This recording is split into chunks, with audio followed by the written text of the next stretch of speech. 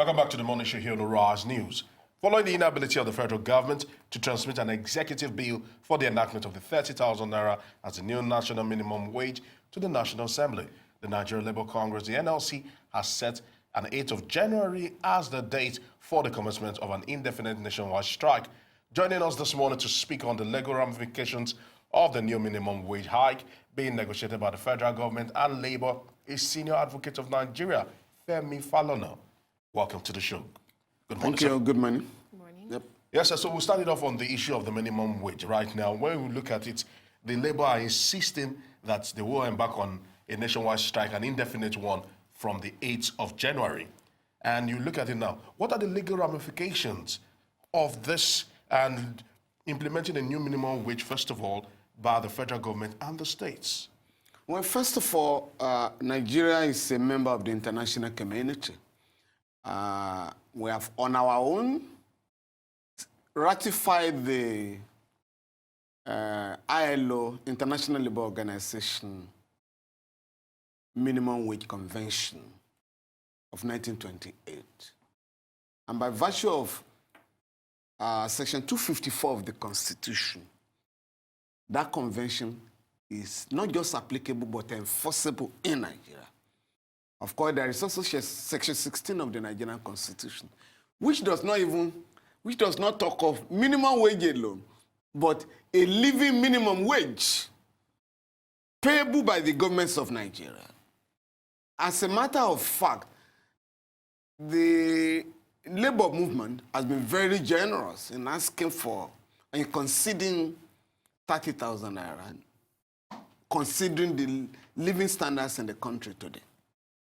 So to say that 30,000 minimum wage is not legal, or that states should be allowed to determine what to pay, it's not done in any civilized society.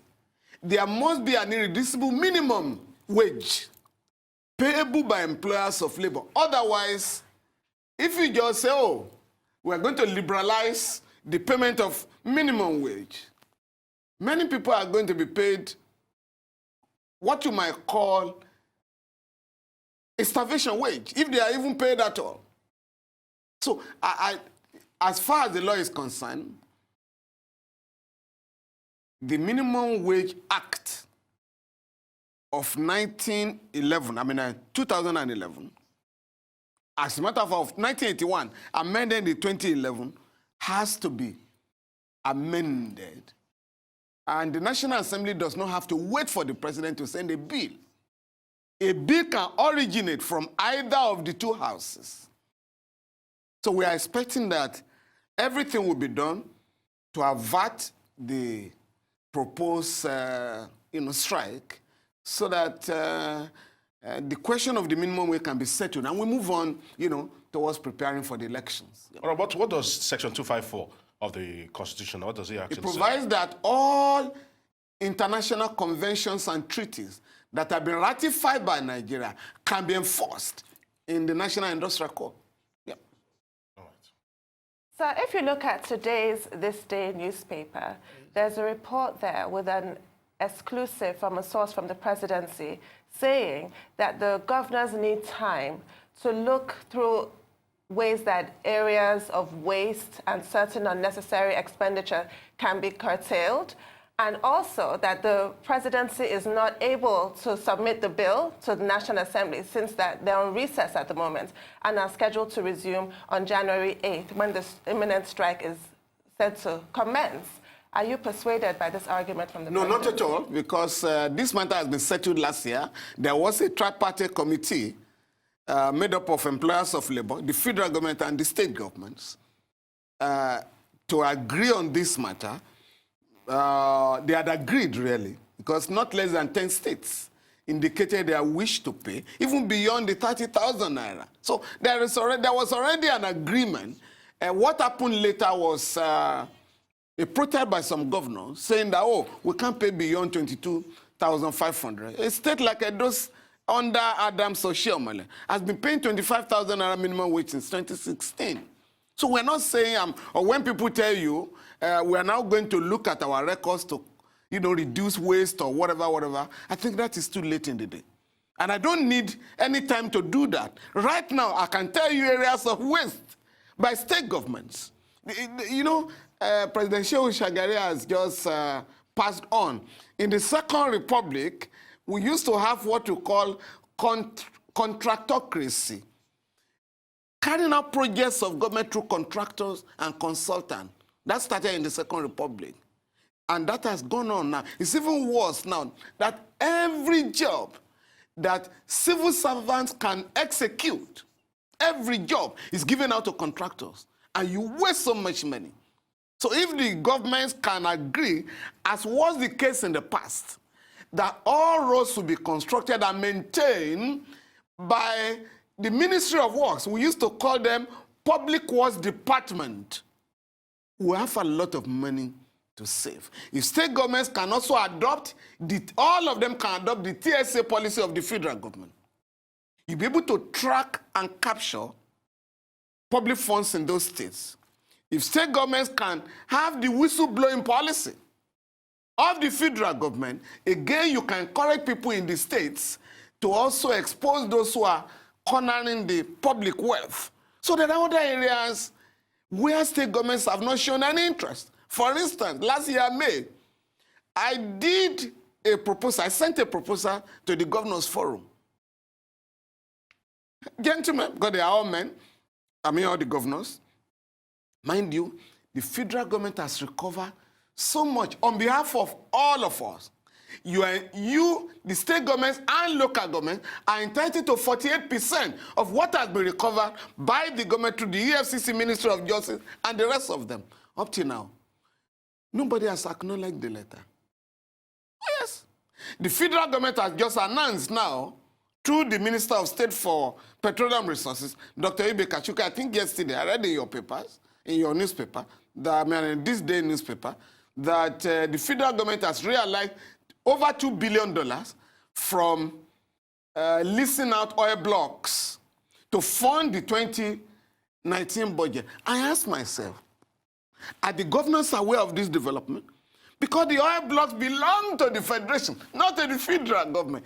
That means if you have realized $2 billion, 48% of it must go to the states and local government. But they're not concerned. The state governments are not worried. They're not, I mean, the federal government has just presented the budget to the country. State governments are not worried. They're not captured in that budget. It's the huge revenue made by the NNPC, Nigerian Ports Authority, NIMASA, and the rest of them. State governments are not bothered. Whereas the revenue generated by these agencies owned by the country should go to the federation account. For instance, I mean, distinguished partner, why should individuals be giving oil blocks in this country? And they then suddenly transformed into multi-billionaires, whereas state government cannot pay wages. So why don't you give oil blocks to state government? Because the individuals that are given are not adding any value. They simply just go to London or Beijing to lease out, so sublease the oil blocks. And then you become an instant billionaire. I mean, that's what is going on.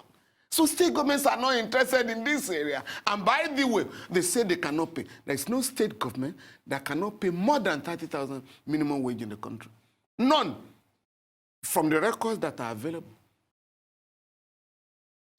But there are those who argue that, labor issues and negotiations and wages should be moved from the executive list to the concurrence in the Constitution to enable states who say, we cannot just simply pay because we do not have these resources to pay. However, you're an advocate of devolution of powers, and you seem to say, let the power move from the center to the state, like you have just said. But should the states not have a leeway to say what they can afford to pay? No, there's no federalism anywhere in the world. No federal government anywhere in the world that allows states and local governments and federal government to decide what they want to pay. A minimum wage is recognized all over the world as the minimum salaries and allowances payable to the worker all over the world. in the United States of America, which is a bastion of our own form of federalism. Normally, our reference point as a national minimum wage act enacted by the Congress, not by individual state governments. Today, the minimum wage in America is $7.25 per hour. But not less than 29 states pay higher. So once you set the minimum standard, state governments and local governments can then pay higher. But nobody must pay below the minimum wage. That is what the law here is saying. So it has nothing to do with federalism. And by the way, the counter-argument is this. Under certain provisions of the Constitution, I can say Section 70, for instance, provides that all legislators in the National Assembly shall be paid salaries and allowances fixed by the Revenue Mobilization Allocation and Fiscal Commission. Whether you come from Sokoto or Ekiti or Bayelsa or Akwa Ibom or Enugu State, once you are a legislator, a federal legislator in Abuja, you are paid the same salaries and all. Nobody say, oh, because I'm from a poor state. I'm not from Lagos or Akwa Ibom or River. So why should we earn the same salary? Even all governors are paid the same salary, whether you come from Lagos or Sokoto or Kebbi. Why then are we talking of, devolution of power when it comes to payment of minimum wage by state government or the federal government? And by the way, before you can have that kind of situation, you need to amend the Constitution. As of today, labor, industrial matters are in the exclusive legislative list. That's where we are. And as regards the ability of state governments to pay, I am saying it's a matter of priority. A state like Kebbi, at the best of times, does not receive more than 4 billion naira from the federation account. And that's about 48 billion naira in a year, right? That state in the desert realized the sum of 150 billion naira in 2017 from the production of rice. You know there's an alliance between Kebbi and Lagos State. For the lake rice. Lake rice. That state government made 150 billion naira. Whereas what it gets, maximum that it receives from the federation account in a year is 48 billion naira. 4 billion naira per month. So such a state, and I hope this will interest advocates of restructuring, such a state does not need to go to Abuja, cap in hand every month to ask for money to run its affairs. So for me, and that's a state that has turned adversity to prosperity for its own people. For me, every state government in Nigeria can key into agriculture, employ youths that are roaming the streets, and maximize, promote prosperity. But right now, people just simply want to go to Abuja every month. And what they are telling us is this: what we receive from Abuja every month will not be enough for us to pay workers. But that's not correct. It's not correct. But Mr. Falana, the figure you just gave us of 150 billion belies what the Nigerian National Bureau of Statistics releases for the state, and even the IGRO by the state apparatus. I'm quoting the governor of the state, and you can Google. I'm quoting Governor Bagudu of Ekiti State. Apart from reading it in the newspaper, I've also called him to commend him. Okay, we'll double check that. Please do. So the federal government has announced that they will be having a meeting on the 4th of January, that's tomorrow, Friday, with Labour, hopefully to forestall this impending strike. If that fails, the recourse of the government is to go to the National Industrial Court to stop the strike, which Labour will probably do, as has been done in the past, and ignore that and continue the strike. What is your view on Labour unions flouting court orders? No, incidentally, I'm the lawyer to the Nigerian Labour Congress and quite a number of the trade unions, I'm not aware of any situation where labor has recklessly flouted court orders. Recklessly or No, otherwise? just a minute. What I mean is that there were situations in the past when on the eve of an industrial action, court orders were issued. And without the order being served on the labor movement or the leaders of the labor movement, they proceeded with the strike. But there was an incident where it took the late Chief Gani Fawemi, SAN, and I, took us about 6 hours at Sheraton Hotel in Ikeja to persuade, and we succeeded in persuading labor leaders to suspend their strike because a court order was issued and served on them. So I do not know any incident, not one occasion, that labor has behaved like the government in flouting court orders. And by the way, does a government that flouts court orders have a moral right to ask others to obey court orders? Because the government rules by law. And the government has a greater responsibility to demonstrate fidelity in the rule of law. So I take it that you're in full agreement with the statement from the NBA 2 days ago, slamming this administration for flouting the rule of law. Which NBA? Which NBA? Nigerian Bar Association? Yes, of which you are a member. Please. Slam the government. No, don't, when you're talking about rule of law in Nigeria, don't mention the NBA. The NBA is more responsible for flouting of court orders than the government. Every government in Nigeria, federal and state government, every government in Nigeria has a senior lawyer as the Attorney General who gives advice to the government, what orders to obey, what to do with court orders.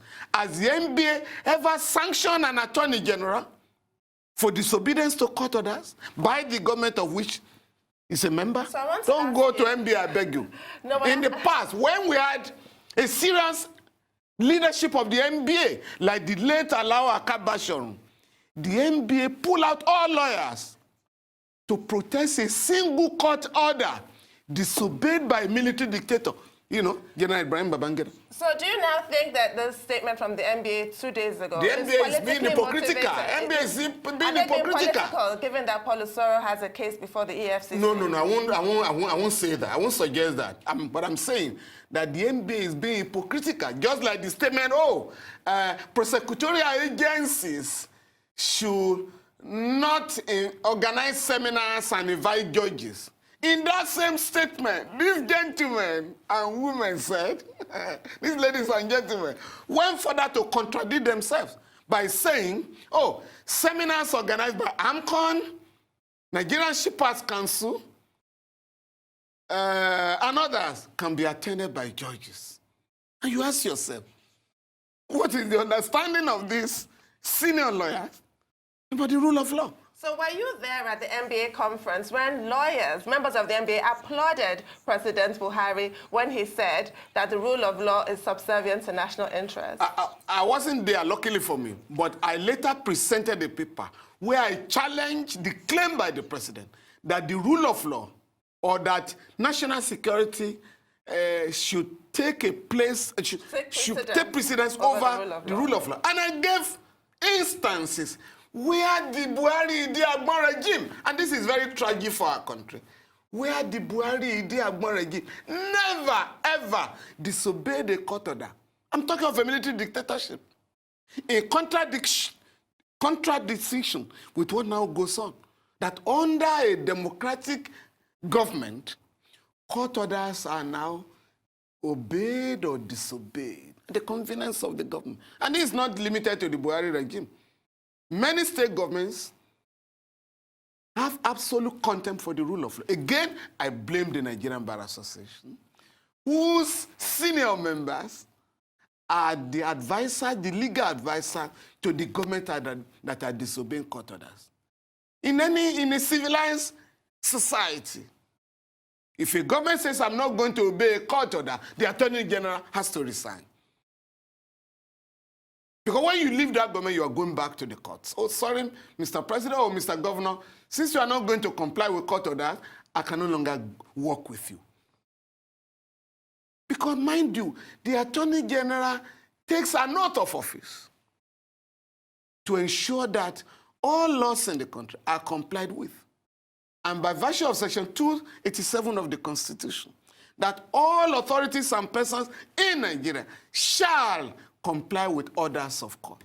If those orders are now ignored to the detriment of the rule of law, and you sit down there parading yourself as Attorney General, the NBA has to call you to order. That's my understanding of, how you can preserve the rule of law in our country. It is interesting to hear you and see you criticize an association which you belong to. But let's look at the forthcoming elections. Arise News has exclusively obtained the 2019 election guidelines, which the electoral umpire, INEC, is to release on Monday. Now, in this guideline, it has included the use of biometric voter accreditation. It further states that in the use of this, if there is a malfunction of the voter accreditation, biometric one, as at 2 p.m., there would be a replacement of the device if there's a malfunction. And if by 2 p.m. that has not been done, the electorate will be told to go and come back the next day to vote. Now, don't you think that this will cause a voter apathy and also lead to manipulation of the exercise? I don't think so, because we have had that situation since 2015 that we began commencing the use of, the card reader for accreditation. I don't think that's a problem. I think what was a problem was the illiterate talk that, since President Buhari did not sign the Electoral Bill 2018 into law, card readers cannot be used. We've been using card reader since 2015, based on a law made in 2015. The amendment to the Electoral Act of 2010 had empowered or has empowered INEC to adopt any procedure for the election. And INEC has used that section 52 of the Constitution, to legitimize the use of card readers, incident forms, and the rest of them. So there's really no basis for the allegations that, INEC is going to be used to rig elections. I think what is the challenge before us, and you guys in the media must help, is how to educate Nigerians to learn to defend the democratic process. If political parties have agents in every polling booth, it becomes difficult to manipulate the electoral process. That's my understanding. But unlike the 2015 scenario, the guidelines does not provide for the use of incident form, and INEC has reiterated that.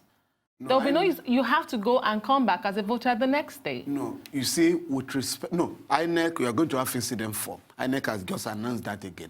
With respect to coming back the following day, again, as I said, that is a regular phenomenon. It is to prevent people from being disenfranchised.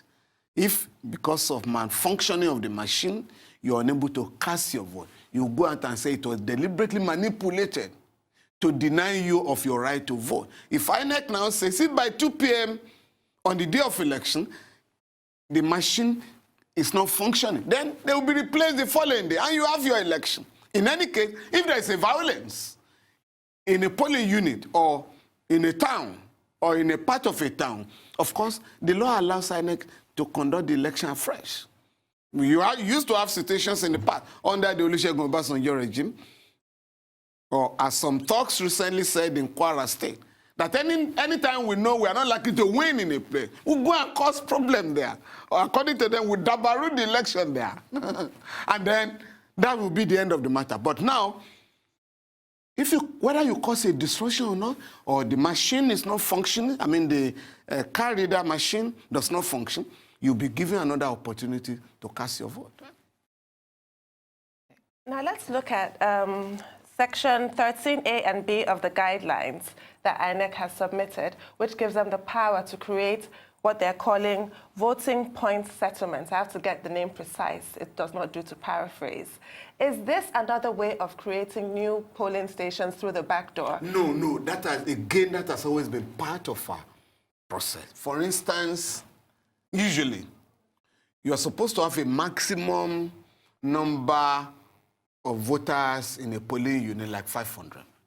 But if for any reason you have like 1,000 or thereabout, you have the polling unit, you also have polling centers around the same polling unit. So it's allowed. It's been part of our system. There was a huge outcry against Atahiru Jega's INEC when they tried to establish 30,000 polling units. They had to jettison that idea. Yeah, they wanted to create new 30,000 polling units. People opposed that. But that's different from what already exists, where you have a polling unit. Because it's going to take appreciable time if we are going to allow about 1,000 people or 1,500 to vote in a unit. Once they can identify, they can locate their names on the voters register, INEC will say you can vote. However, instead of delaying the voting process, we'll have units. No, they're not, the units are not around extensions. The same place. Sir, they're not extensions. They are new No, they're not polling extensions. units. They are part of the But they unit. are new settlements according No, they're to not. the guidelines. They are not. According to the guidelines. No, what I'm saying is they are part of the existing units. It's an extension They're to allow... described under Section 13A and Yes. Section 13 subsection B Yes. as new settlements, not No, currently what I'm served. saying is that, for instance, if in a town, right, you have, particularly in the rural areas, you have an extension. I mean, Lagos, take Lagos for instance. Lagos is expanding every day. If the polling unit is in a particular settlement, there are other people that have moved to extended the settlement and they are bound to vote there. INEC has the power to say, in order to allow you to vote, we'll create an additional voting center. Not a polling unit, not a new polling unit. Take that clear. Get that clear. So you don't find this alarming? You don't think this is No, an it's not avenue? anomalous because you see again, all the political parties, all the interest groups, the monitoring groups and all that will be part of the decision. It's not something that INEC can just on its own decide to multiply voting centers to favor a particular political party. No, it's not allowed by law. I mean, it's just like even you guys in the media promoting 2 or 3 candidates. Section 100 of the Electoral Act makes it a criminal offense to promote one particular candidate or place 2 candidates at an advantage over the other. So you are supposed to treat them equally as far as the law is concerned. So it's the same thing. I mean, INEC cannot just decide with either the ruling party or an opposition party to go and create voting centers. Those voting centers will not be recognized by law. I mean, if you challenge the election. All right, should INEC have gotten the buy-in of all stakeholders before they release the guideline as obtained by the 2015 elections? Because right now, it looks like the commission is about to force them on the country as fiat accompli. No, I can't understand that because INEC has carried the political parties along. Even in the formulation of the guidelines, the new guidelines were based on the objection by the political parties. Oh, yes. You know, very interesting country. Those who were totally and uncompromisingly opposed to the use of car readers in 2015 are the greatest supporters of car readers now, if you must know. Jega was to be fired. President Jonathan was under pressure to fire Jega for introducing the car readers. Those who wanted Jega's head over the introduction of the car reader are now the greatest defenders of the car reader. You know, it's very interesting, you know, development. You know, but the point I'm making is that if anybody is dissatisfied with any provision of the guidelines now, it can quickly rush to court and have it nullified. Well, it's a good thing that the guidelines will be released on a Monday, and Arise News has just, you know, gotten a hold of it before Monday. But let's go to another matter apart from elections. Are you paying close attention to what's playing out at the Abuja residence of Senator Dino Melaye, where the Nigerian police has laid siege for several days now? What do you make of that situation? He says his rights have been infringed upon. I mean, What right? They cut the power. What right? They cut water. No, what right? What do you make of it? No, what right has been infringed upon? Apart from the president, the vice president, and the 36 state governors and their deputies. That's about 72 of them. No, about 74 of them. No other Nigerian enjoys immunity from arrest, investigation, and prosecution. And contrary to the misleading impression created by the Senate leadership, the police or any security agency in Nigeria does not need the permission of the leadership of a legislative house before arresting a member. If you are wanted by the police in any civilized society, you turn in yourself. Again, the Administration of Criminal Justice Act of 2015 empowers the police to break into a house if there is a court order, if there is a warrant to effect the arrest of anybody or conduct a search. So you can't hold up yourself in a room and send out message that I'm not going to turn in myself. So why has the police So, broken into my house? No, just a minute. You know what has happened in this case? The rich, or people you call very important personalities, and the elite are given special treatment by all enforcement agencies in our country. Hence, the police can go to the premises and be appealing to the senator to turn him himself. You don't do that to the poor. It has never happened in Nigeria where the police wants to arrest a journalist or a young lawyer or a worker, and you'll be appealing, please come out, we want to arrest you. What the police would normally do is to invade the house, bring out the person. In fact, when you are arrested, you are subjected to thorough beating before you are taken to the station. And at the station again, you can be sure the fate that awaits you. So it will just lock you up, according to them, for causing them such embarrassment, and lock you up for days before asking you any question. But in this case, you are dealing with a whole senator in a country where there is inequality before the law. But I doubt whether the police have been properly guided in this case. Otherwise, you have no business. Again, it's illegal to disconnect water supply or electricity supply to any house.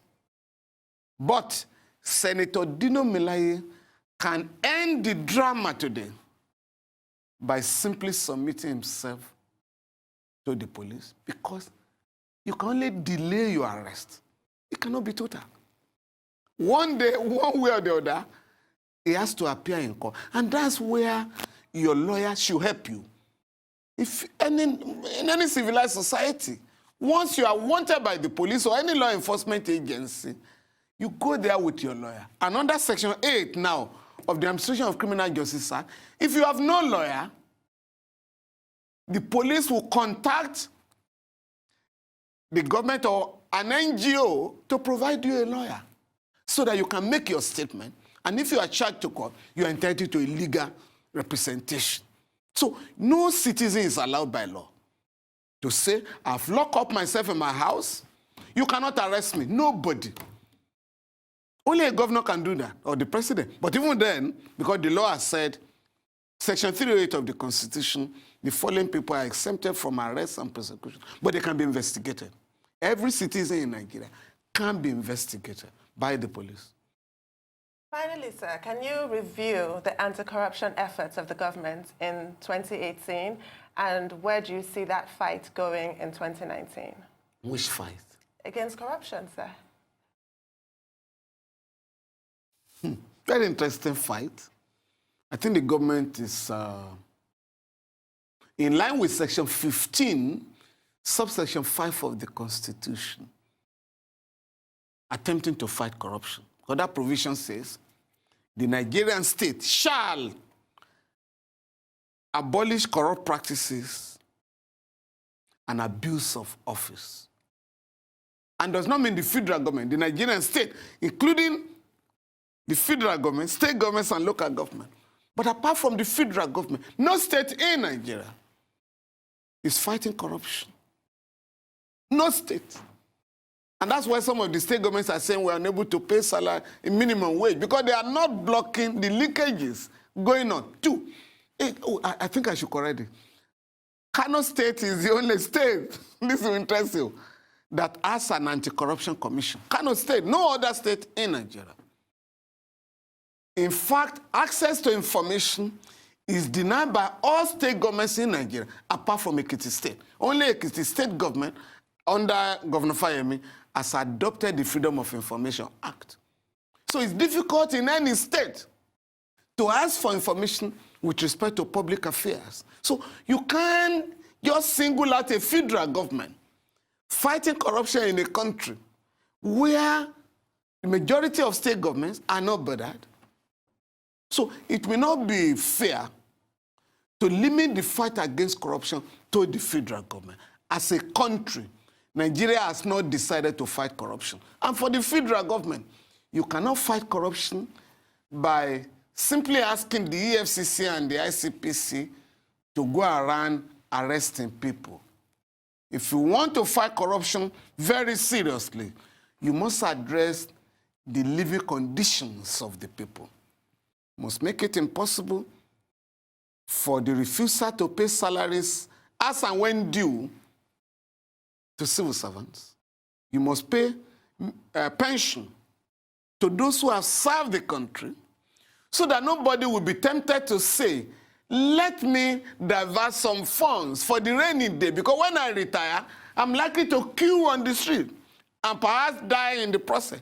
So let me help myself. So if you want to fight corruption, you must make it possible for every, particularly public officers, to be able to own a house through a functional mortgage system, to be able to send their children to school through living, salaries and allowances. But once you don't do this, when they are sick, they must be able to access the hospital. Not a situation whereby only a few people can, at the expense of all of us, be flown abroad for treatment. You must fix your hospitals so that people can live decent lives. If you don't do this, it is extremely difficult to fight corruption. And that is what is going on. Thank you very much for your time today. My pleasure. Really insightful. Okay.